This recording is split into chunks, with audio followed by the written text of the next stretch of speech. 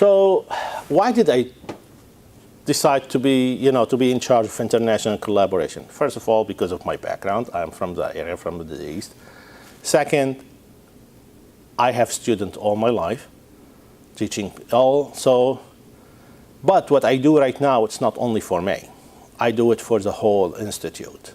So basically, if you sign up, you're not signing up only with me. You're signing up to train at Roswell Park Cancer Institute. People who call in and send an application and apply, they apply for the whole institute, not, it's not personal. So I don't do it for personal gain. I do it for the whole institute. So we established this office 5 years ago.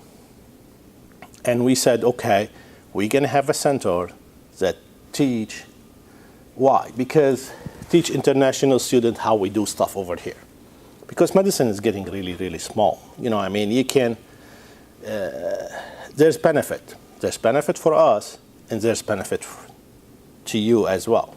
I'm not going to say here, well, oh, it's all the benefit to you. No, we benefit as well. Roswell benefit as well. Roswell always seeking, we're doing clinical research, we're seeking different culture, different genetic background, different, other interaction, like for example, prostate cancer is very prevalent in Sweden because they don't see sun a lot.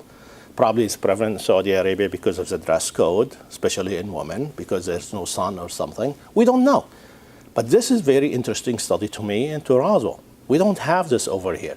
Like high blood pressure is high in African American people. We don't know why. We study. So we need access to other stuff, to other hospitals, with other culture. And if we need to do this access, we need to teach physicians to do it our own way. Because otherwise we're wasting our time.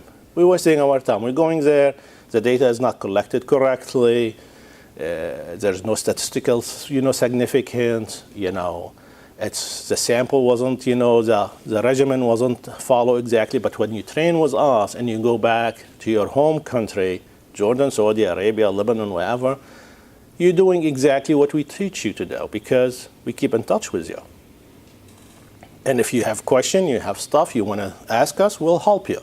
In the future, we'll collaborate with you and we figure out you can publish, you can do stuff, we can have access to your data, you can have access to our data. So that's the idea when I established this office was for. This is the idea why we established this department.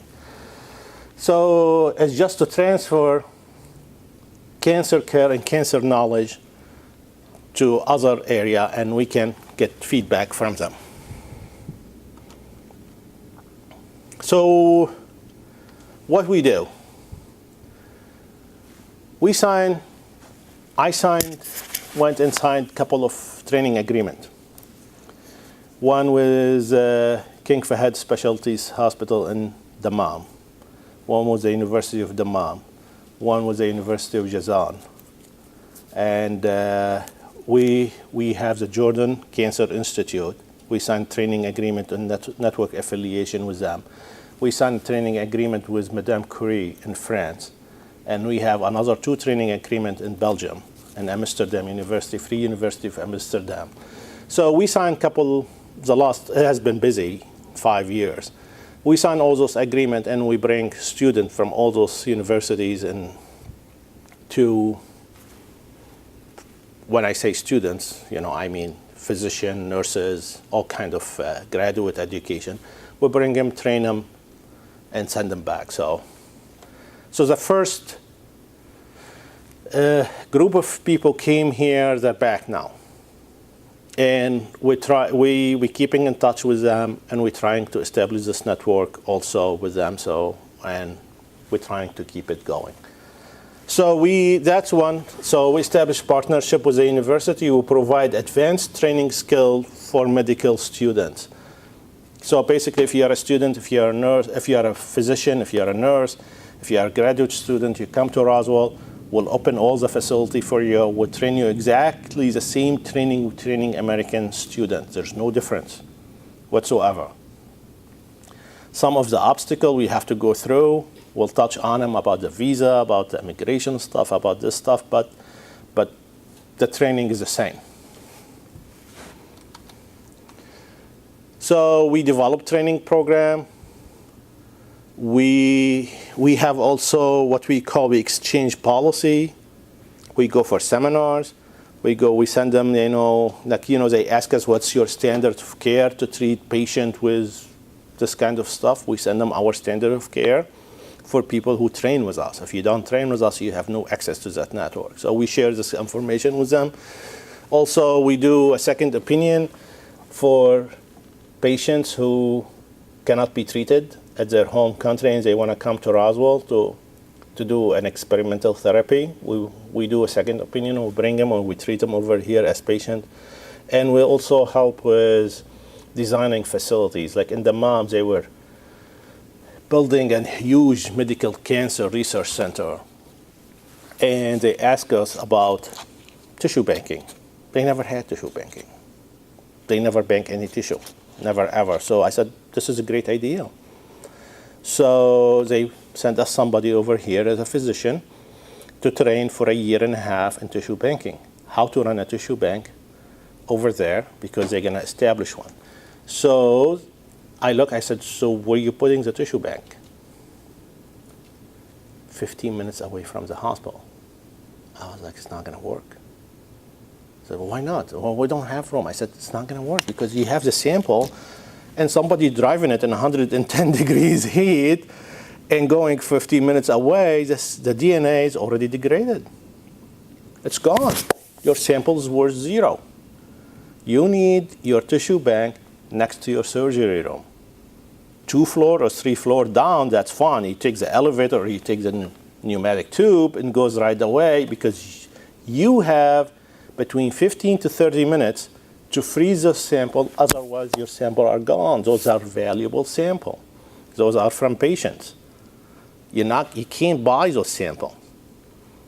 So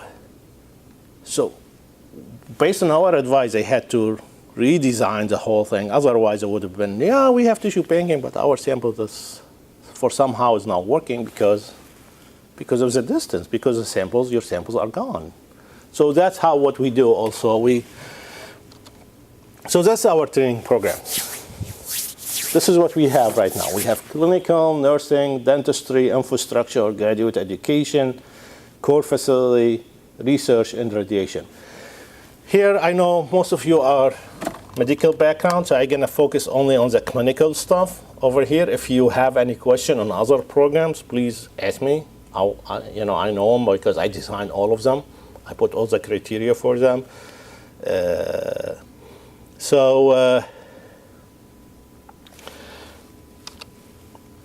What we have right now for current medical students, if you are a medical student in your hometown, in University of Dammam or University of Jordan, and you want to come here, we have clinical electives. It's 1 to 2 months clinical elective for the last year medical students.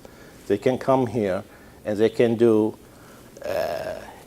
observationship of 30 to 60 days, but they have to speak English. That's the only requirement. You have to have a good English, which everybody does because they study English over there. But that's what we have for medical students, just to introduce them to the hospital, introduce them to the medical,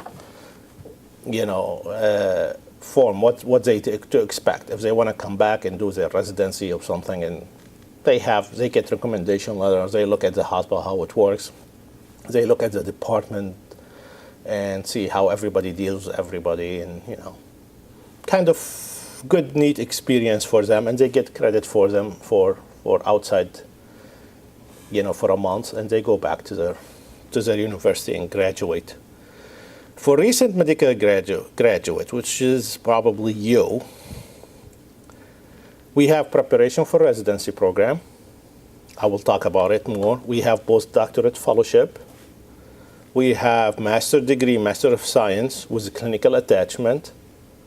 And we have assistant clinical attendant, which is going to be designed, which is going to be active at the late, I think, December 2015. This is the newest program I just designed. For MDs that are already practicing, you already did your residency, you already did this, and you went back.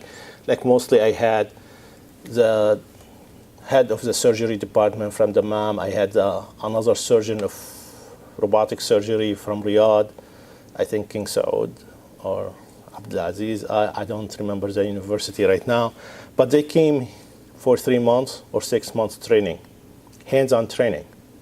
They do hands-on training. We taught them how to do robotic surgery because they're purchasing a robotic device, and we send them back, and very happy with the training. So that we have a hands-on clinical training program over here, and we have fellowship also, non-accredited and accredited, and that's what the fellow over here was doing. She finishes her residency in Saudi Arabia, and she contacted me and she wanted to do fellowship over here. So I brought her, and she's been with me for 2 years, and this is the third. She's going in the third year of fellowship in medical oncology. We have also master degree and PhD program, and we have research program. So, preparation for residency, what does that mean? This program is to advance your credential, is to advance your CV, if you have to advance your resume. So basically, you're coming here, you're studying for USMLE. You have, some of you has no experience, just fresh off medical school, and some of you worked for a year or something somewhere, and they come here to do. So basically, your resume is very thin. But that's fine. That's fine. We started like this. I started like this the same way, you know what I mean? But the most important, you shouldn't keep it that thin. You should advance it. You should make it longer. You should make it with important stuff. So what does that mean? This is prepare the residency for the matching program. There's no guarantee 100%. There's an acceptance into a residency program. But what we do, we take you and we pair you with somebody of your interest. What do you want to do? As a student, what do you want to do? You tell me what you want to do, and I'll tell you if that's okay. You know, we have it or we don't. You want to do some medical oncology, for example, let's assume. You want to do some internal medicine. Okay, we'll pair you with medical oncology. You want to do surgery residency. We'll pair you with surgical oncology. It doesn't matter. You said, oh, it's an oncology hospital. Yeah, but it's not the specialty is important. It's what you do with your training is important, because there's some certain stuff you got to do wherever you go. Oncology hospital or general hospital, you have to learn the principle of how to deal with patients. You have to learn how to do electronic medical record. You have to know how to interview a patient. You have to know how to take history, all this kind of stuff based on US-based hospital. Not in the books, not from the lecture. You're there. And nobody can deny you this because you're there. You're just there for the program. So we'll pair you with a clinical. If you want research experience, we'll pair you with a research person. But every clinician at our hospital has a research laboratory. Some of them, not everyone, but some of them, because we are a comprehensive cancer center. So what do you do? By the end of this, you have absolutely to publish. We're going to help you publish. If you don't publish, it's not going to work. Telling you from now, I'll tell every student before they even register or before they even apply, look, there's a lot of work is going on, and you need to be able to publish within 12 months. This is up to 2 years, but I hardly recommend 2 years for people over here. Like, you're wasting your time. Come on, get out of this. Let's publish and go out. Apply. Why do you want to waste another year? I am not in it to keep you here, and I'm in it to advance you. So basically, so far, I had one person, American citizen over here, the one who went to Mexico. She registered for this. She got matched last year, and she published in 6 months. She published a paper on leukemia. She worked with medical oncologists like me. I paired her with somebody because I was too busy. I said, no, I am not the perfect match for you, because she's interested in leukemia. I don't do leukemia. So I matched her with somebody who's doing leukemia. In 6 months, she published a paper, and that paper was her passport. She wasted 2 years jumping from one hospital to another hospital. In 6 months, she got pre-accepted right away, and she get matched. She was like, if you publish this paper, I will accept you. And she did, and she got accepted. So I terminated her program, and I refunded her tuition for the last 6 months. I said, good luck. See you later. When you graduate, contact me again. So probably we can help you again. So another person, no, actually that not.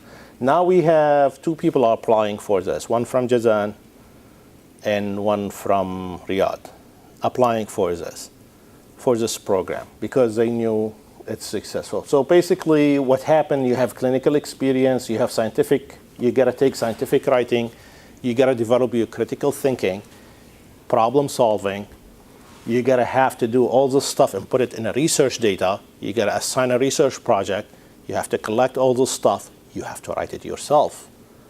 And what most can experience, most of you will experience that, oh my gosh, I don't know how to write scientifically.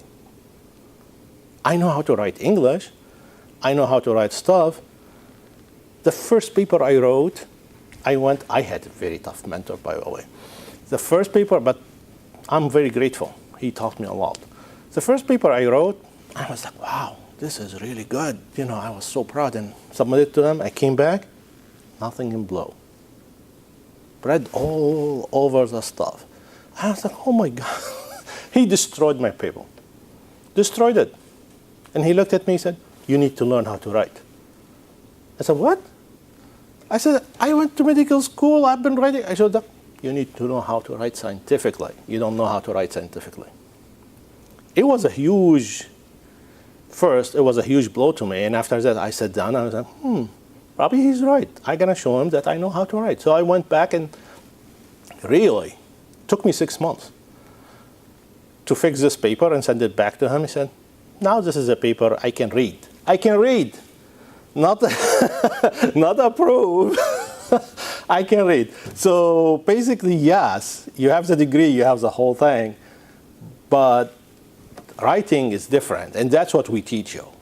Nobody taught me because we didn't have that program. We didn't have the course. Nobody has the time to waste. Every time I go to somebody said, can you teach me how to write? Go and learn it yourself, man. I don't have time for this. Nobody has time. Nobody has time to teach you. Nobody is willing to teach you. Here, we'll find time for people to teach you because we force them through our agreement. No, you have to teach them how to do this. So that's what so you have to submit a publication to peer-reviewed journal. What does that mean, peer-reviewed journal?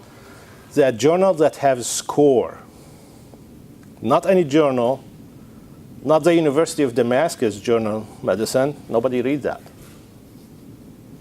That's worthless. If anybody tell me, oh, yeah, I have my publication, I'm not picking on the University of Damascus, but you know what I mean. Oh, I published in some journal, obscure journal, who cares? But if you come and tell me I